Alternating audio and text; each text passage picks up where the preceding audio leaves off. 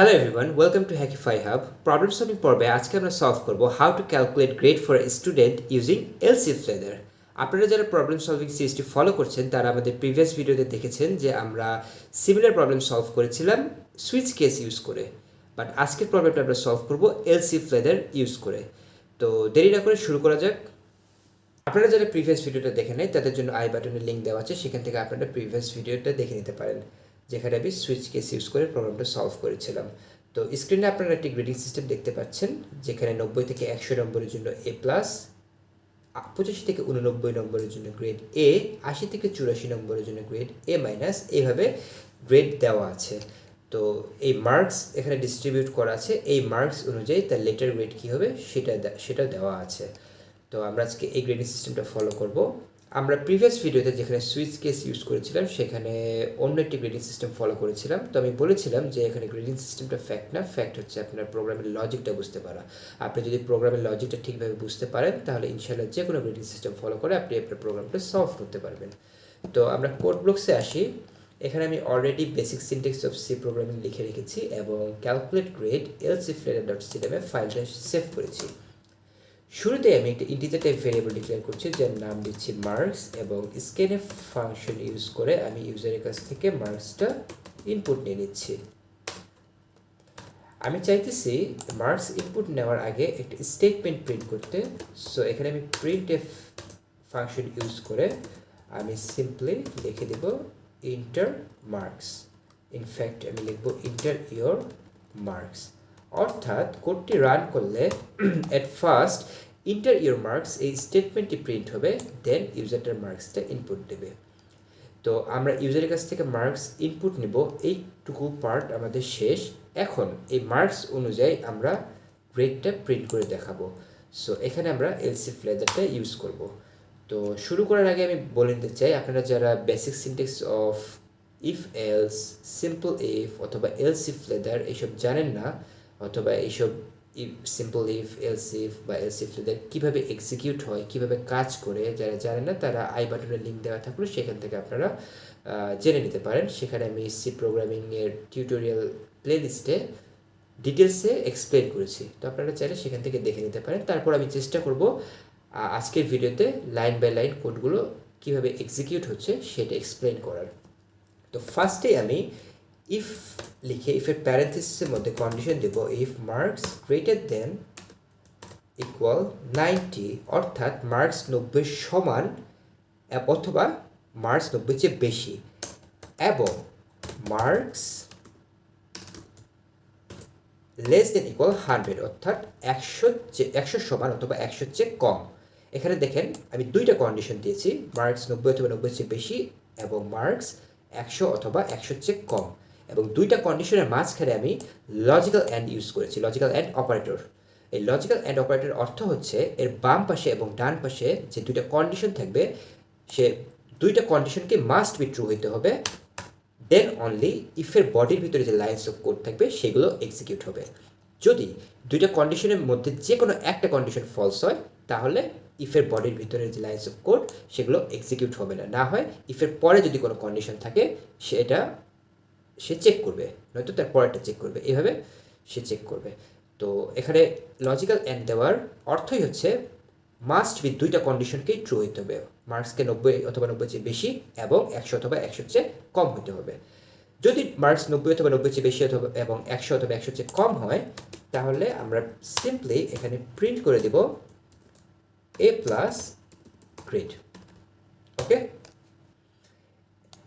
এই কোডের এই পার্টটুকু আমি কপি করে আবার এলস ইফ দিয়ে কন্ডিশন দিব মার্কস যদি 85 অথবা 85-এর চেয়ে বেশি এবং মার্কস যদি 89 অথবা 89-এর চেয়ে কম হয় তাহলে প্রিন্ট করে দেখাবো এ গ্রেড। সো আমি এইভাবে কোডগুলো কপি পেস্ট করে আমি জাস্ট কোডটা লিখে নিই। আপনারা যারা বুঝছেন না তারা টেনশন করেন না, আমি কোড কমপ্লিট করার পরে আমি লাইন বাই লাইন আমি আপনাদেরকে এক্সপ্লেন করবো, ডোন্ট ওয়ারি। সো আমি এখানে ফার্স্ট কন্ডিশন দিলাম 90 অথবা 90 চেয়ে বেশি এবং 100 অথবা 100 চেয়ে কমের জন্য এ প্লাস গ্রেড, অর্থাৎ 90 থেকে 100 রেঞ্জের জন্য এ প্লাস গ্রেডটা প্রিন্ট হবে। দেন 85 থেকে 89 রেঞ্জের জন্য মানে 85 থেকে 89 রেঞ্জের ভিতরে যে মার্কস আছে সেই মার্কসের জন্য প্রিন্ট হবে এ গ্রেড। তারপরে আমি দেব 80 টু 84 রেঞ্জের ভিতরে যদি কোনো মার্কস থাকে, অর্থাৎ ইউজার যদি এই রেঞ্জের ভিতরে কোনো মার্কস ইনপুট দেয় তাহলে প্রিন্ট করে দিবে এ মাইনাস গ্রেড। আপনারা চাইলে এই গ্রেডিং সিস্টেমটা দেখতে পারেন। গ্রেডিং সিস্টেমে অলরেডি 90 থেকে 100 রেঞ্জের জন্য এ প্লাস মার্কস, এ প্লাস গ্রেড, 85 থেকে 89 রেঞ্জের মার্কসের জন্য, রেঞ্জের ভিতরের মার্কসের জন্য এ গ্রেড, 80 থেকে 84 রেঞ্জের ভিতরে মার্কসের জন্য এ মাইনাস গ্রেড, এভাবে দেওয়া আছে। সো এইভাবে আমরা এই গ্রেডিং সিস্টেম অনুযায়ী আমরা কোডটা করি। দেন পরবর্তীতে 75 থেকে 79 রেঞ্জের মধ্যে মার্কসের জন্য আমি প্রিন্ট করে দিব বি প্লাস গ্রেড। আমি আবারও এলসিফের মধ্যে কন্ডিশন দেব 70 টু 74 এই রেঞ্জের মার্কসের জন্য আমি প্রিন্ট করে দেব বি গ্রেড। সিমিলারভাবে 65 টু 69 রেঞ্জের মার্কসের জন্য প্রিন্ট করব C plus grade. 60 to 64 range এর মার্কসের জন্য আমি প্রিন্ট করব 64 রেঞ্জের মার্কসের জন্য আমি প্রিন্ট করব। এটা এমন হচ্ছে কেন? আমার মেবি কিবোর্ডে একটু প্রবলেম দেখা যাচ্ছে, ডোন্ট মাইন্ড।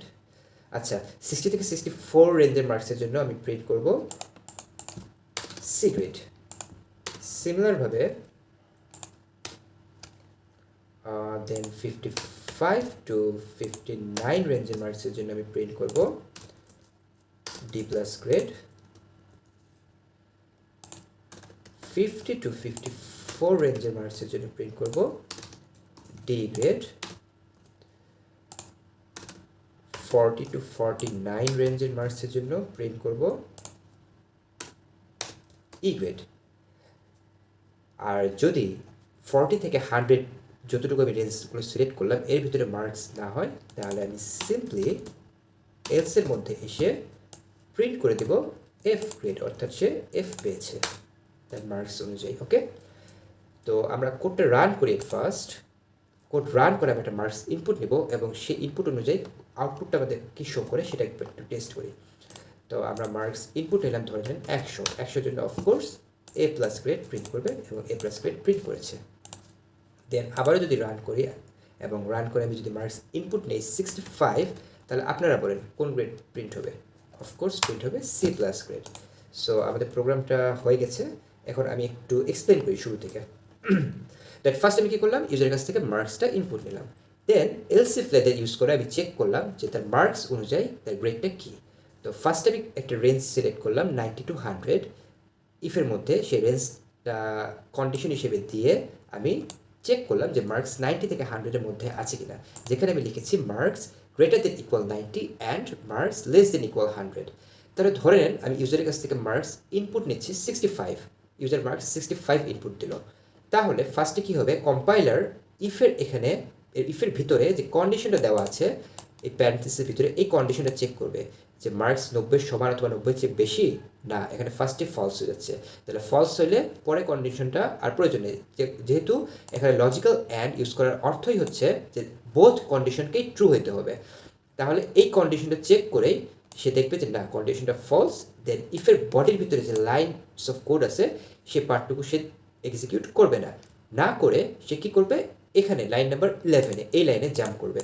এই লাইনে জাম্প করে সে দেখবে এখানে কি কন্ডিশন দেওয়া আছে। এখানে এলসিফের মধ্যে কন্ডিশন দেওয়া আছে মার্কস 85-এর সমান অথবা 85-এর চেয়ে বড় এবং 89-এর সমান অথবা 89-এর চেয়ে কম কিনা। তো ফার্স্টের কন্ডিশনটাই ফলস হয়ে যাচ্ছে। দেন সে আবারও জাম্প করবে, সে এলসিফের এই বডির মধ্যে যে লাইন্স অফ কোড আছে সেটা এক্সিকিউট করবে না বা এর মধ্যেই ঢুকবে না, সে না ঢুকে সে 15 নম্বর লাইনে জাম্প করে আবার সিমিলারভাবে কন্ডিশনটা চেক করবে। এগেইন সে ফলস পাবে, আবার সে 19 নম্বর লাইনে এসে এই কন্ডিশনে চেক করবে, সে এগেইন ফলস পাবে, আবারও সে এই কন্ডিশনে চেক করবে, সে ফলস পাবে।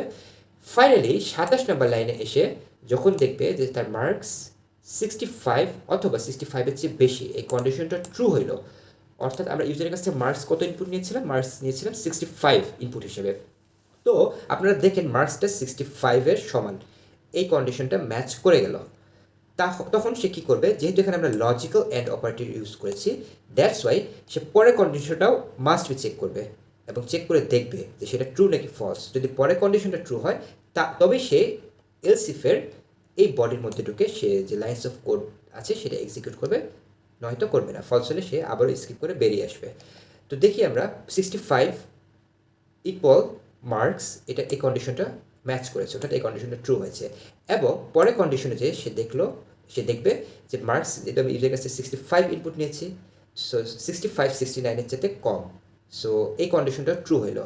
যখন বোথ কন্ডিশন ট্রু হইলো তখন সে এলস ইফের এই বডির মধ্যে ঢুকে লাইন্স অফ কোড যেটা থাকবে সেটা এক্সিকিউট করে দিবে। তো এখানে দেখতে পাচ্ছেন এখানে দেওয়া আছে printf C plus grade, so C plus গ্রেডটা প্রিন্ট করে দিবে। তো আমরা আবারও রান করে আবারও আপনাদেরকে দেখাই।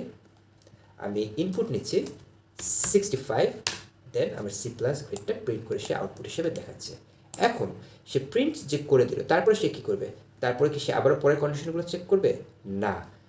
এখানে যখন একটা কন্ডিশন সে ট্রু পেয়ে যাবে, অর্থাৎ একটা এলস ইফ বা ইফ যেটাই বলে না কেন সে ট্রু পেয়ে গেল, তখন তার বডির মধ্যে এসে সে লাইন্স অফ কোড যেটা থাকবে সেটা এক্সিকিউট করে ডিরেক্টলি সে লেদার থেকে বের হয়ে যাবে, এলসিফ লেদার থেকে বের হয়ে যাবে, বের হয়ে এই 51 নম্বর লাইনে 51 নম্বর লাইনে চলে আসবে। সে পরে কন্ডিশনগুলো আর চেক করবে না। তো আশা করি আপনারা বুঝতে পেরেছেন। আমি চেষ্টা করেছি ডিটেলস এক্সপ্লেন করে বোঝানো লাইন বাই লাইন। আমি জানি না কতটুকু পেরেছি, বাট আই হোপ আপনাদেরকে বুঝাতে পেরেছি। তারপরে যদি আপনাদের কোনো প্রবলেম থেকে থাকে তাহলে আপনারা আমাকে কমেন্ট বক্সে কমেন্ট করে জানাতে পারেন আপনাদের প্রবলেমটা। আমি চেষ্টা করব কমেন্টে যতটুকু সম্ভব সলভ করে দেওয়ার বা আপনাদেরকে বুঝিয়ে দেওয়ার, ততটুকু আমি চেষ্টা করব কমেন্টে রিপ্লাই দিয়ে বুঝিয়ে দেওয়ার। তো এখন এই কোডের মধ্যে একটা প্রবলেম আছে। সেই প্রবলেমটা কি? ধরে নেন ইউজার 105, 110, 150 এইরকম টাইপ মার্কস ইনপুট দিল, অর্থাৎ 100 চেয়ে বেশি।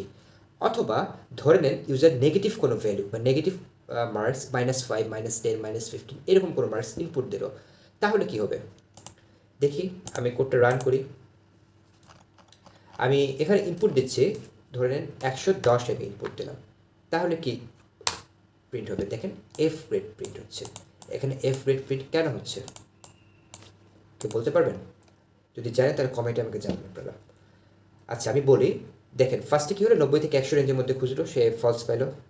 আমি ইনপুট নিয়েছিলাম 105, সে পাইলো না।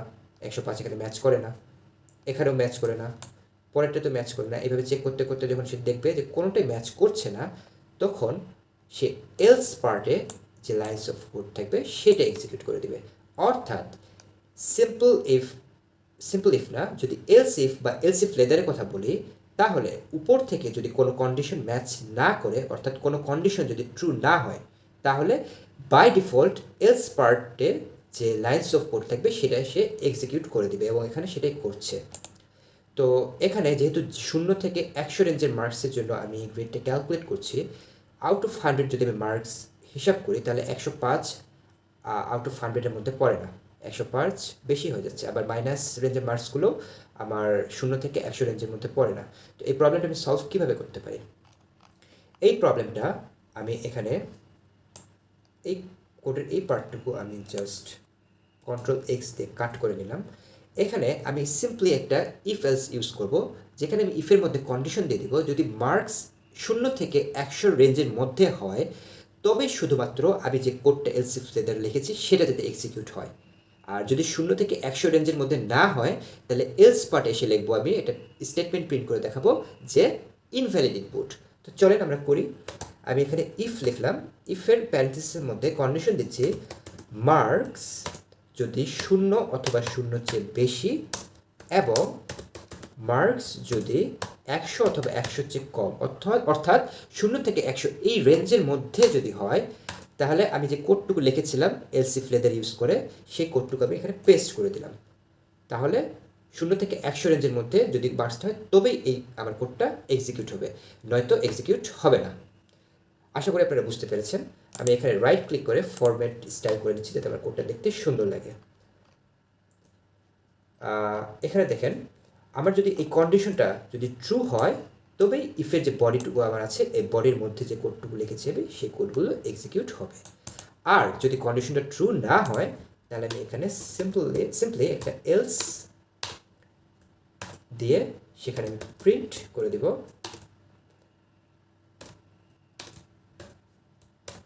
যে ইনভ্যালিড ইনপুট। ওকে, তো আমি এখন এবার কোডটা রান করি এবং কোডটা রান করে 105 মার্কস যদি আমি ইনপুট দেই তাহলে আমার আউটপুট কী আসবে? F grade. দেখি, না, এবার এফ গ্রেড আসবে না, এবার ডিরেক্টলি ইনভ্যালিড ইনপুটটা আমার প্রিন্ট হয়ে যাচ্ছে। তো এখানে কাজ করছে কি কীভাবে? 0 থেকে 100 রেঞ্জের মধ্যে এটা ফলস পেলে সো ইফের বডি যেটা, ইফের বডির মধ্যে আমি যে লাইন্স অফ কোড লিখেছি সেই কোডটা সে এক্সিকিউট করবে না, অর্থাৎ ইফের বডির ভিতরে সে যাবে না, যে বাই ডিফল্ট পরে আবার চেক করবে অন্য কোনো কন্ডিশন আছে কিনা, যেহেতু অন্য কোনো কন্ডিশন নেই দ্যাটস ওয়াই এলস পার্টির মধ্যে এসে ইনভ্যালিড ইনপুটটা প্রিন্ট করে দেবে। তো আপনারা হয়তো লক্ষ্য করেছেন আমি line by line code explain করছি, অনেক ডিটেলসে এক্সপ্লেন করছি। আপনারা অনেকে বোর ফিল করতে পারেন যে অনেকে মনে করতে পারেন যে এত এক্সপ্লেন করার কী আছে, এত কিছু এতভাবে মানে এত বলার কী আছে, আপনি তো আমি তো চাইলে শর্টকাটে কীভাবে এটা কাজ করছে জাস্ট সিম্পলি বলে দিতে পারি, তাই না? তো আমার এত ডিটেলস এক্সপ্লেন করার মেইন রিজনটাই হচ্ছে আমি যে ভিডিওটা বানাইতেছি এই ভিডিওটা আমি চাই যেন সবাই যেন বুঝতে পারে। ধরে নেন আপনি হয়তো একটু প্রোগ্রামিং ভালো বুঝেন বা আপনার হয়তো বেসিকটা একটু বেশি ক্লিয়ার আছে, বা এলসি ফ্লেদার ইউজ করে আপনি প্রিভিয়াসলি কোনো প্রোগ্রাম সলভ করেছেন, বাট অনেকে এটা নাও করতে পারে, অনেকের কাছে বেসিকটা ক্লিয়ার নাও হতে পারে। তো সবার জন্য আমি আর কি চেষ্টা করেছি প্রোগ্রামটা ডিটেলসে বোঝানোর। তো আশা করি আপনারা বুঝতে পেরেছেন, আমি জানি না কতটুকু আমি পেরেছি। তো আজকে এই পর্যন্তই থাক। আমাদের ভিডিওটা যদি ভালো লেগে থাকে তাহলে অবশ্যই লাইক করবেন, আপনার ফ্রেন্ডদের সাথে শেয়ার করবেন, এবং আমাদের চ্যানেলটা লাইক বলেন, ফলো বলেন বা সাবস্ক্রাইব যাই বলেন না কেন সেটা করে দেবেন। ধন্যবাদ সবাইকে।